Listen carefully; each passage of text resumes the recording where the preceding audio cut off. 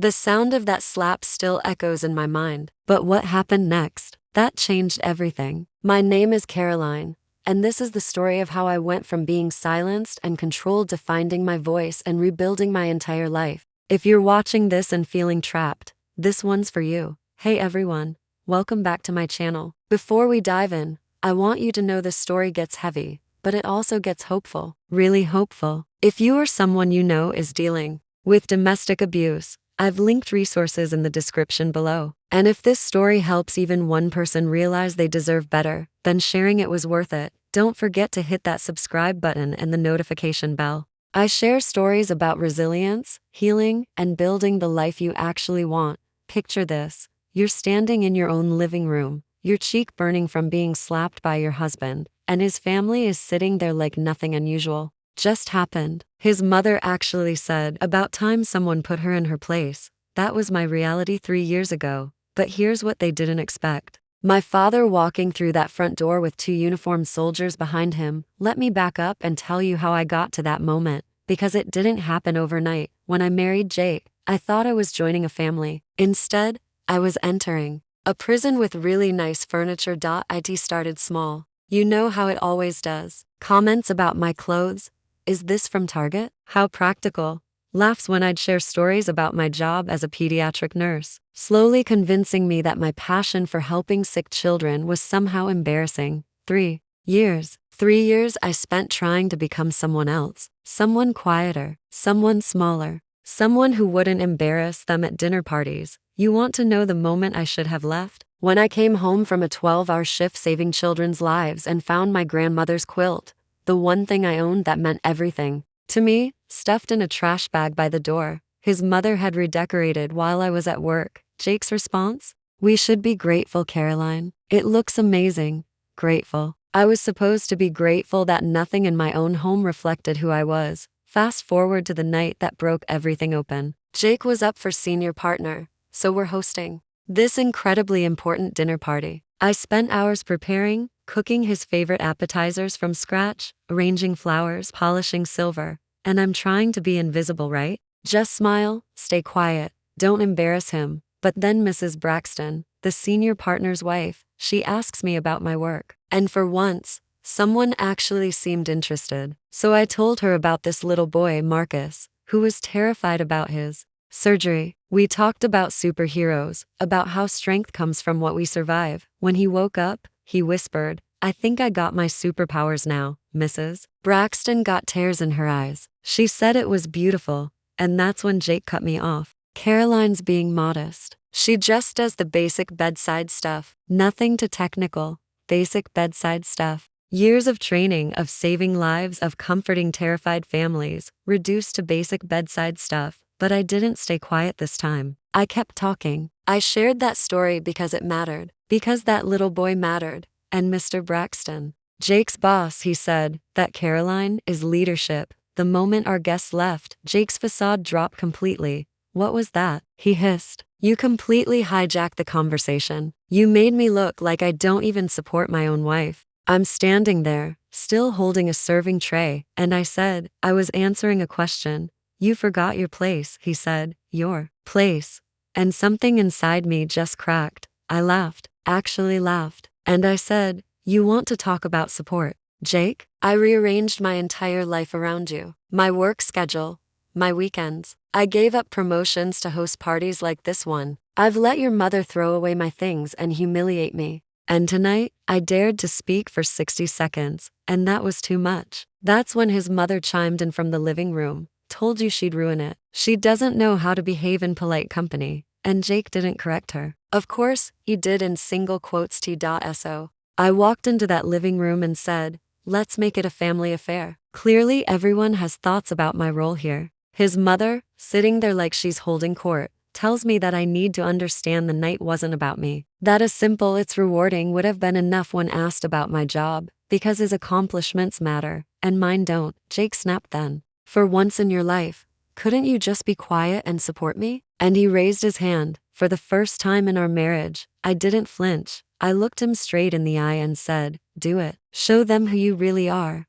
And he did. The slap echoed across the room. His mother laughed. His sister gasped. And then we heard the front door open, heavy boots across marble. My father stepped into that living room like something out of a movie. Colonel Richard Sawyer, retired, decorated, still commanding every room he walked into. He wasn't alone. Two uniformed soldiers flanked him. The entire room froze. My father's eyes moved from my tear-streaked face to my red cheek to Jake's still raised hand.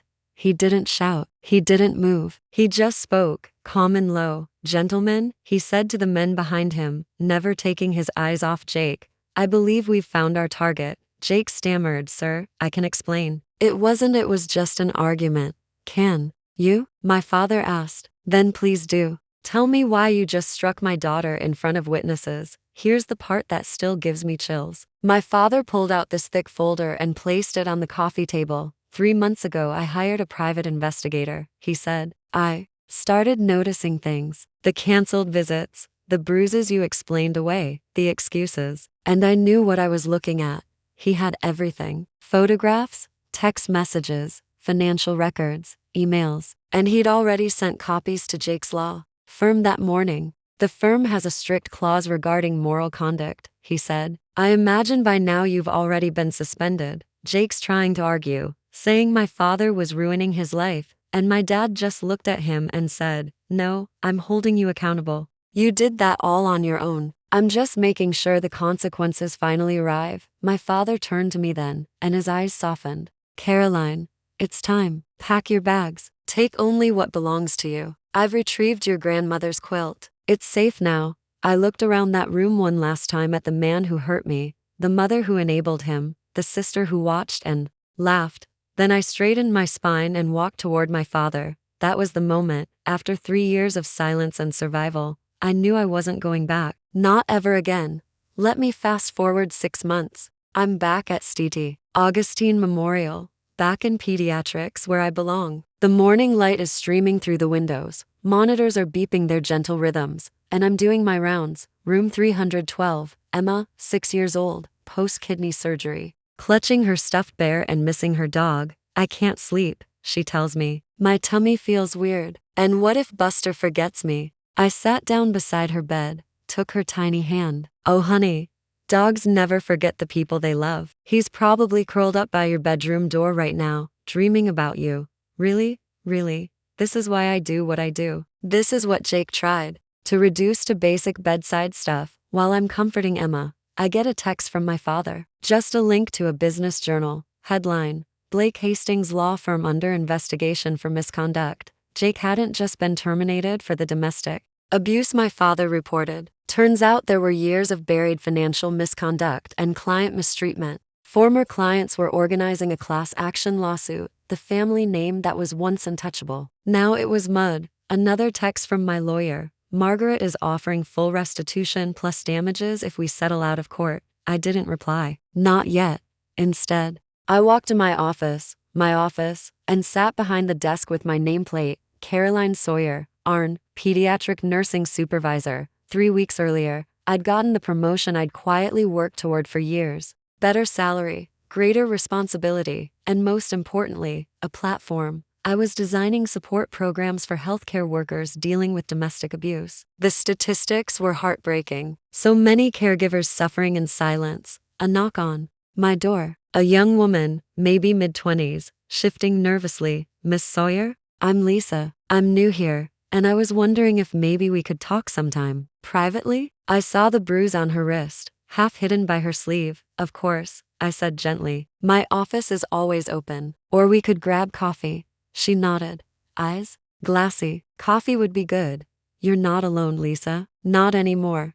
Picture this, the hospital's memorial garden, filled with spring sunlight and soft music. People in folding chairs, friends, colleagues, patients' families, other nurses. But there's no groom. No traditional wedding march. Just me, standing under an arch of wildflowers, wearing a simple dress I chose myself. My father walked me down the stone path in his dress blues, metals gleaming. But this time, everything felt different. This time, I wasn't trying to fit into someone else's world. I was reclaiming my own. Dr. Monroe, our chief of surgery, officiated. She got ordained online just for this. "Every woman should get to stand up and make vows to herself," she said, And that's exactly what I did. I, Caroline Sawyer, promised to honor my voice, to trust my instincts, to never again shrink myself to make others comfortable. I promised to keep growing, keep healing, and keep helping others find their strength. I promised to remember that I am enough, exactly as I am. I slipped a silver ring onto my own finger, a promise ring, a commitment to the most important relationship I'll ever have, the one with myself. The reception was in the hospital cafeteria, transformed with fairy lights and donated flowers. I looked around and felt something I hadn't felt in years, love in its purest form.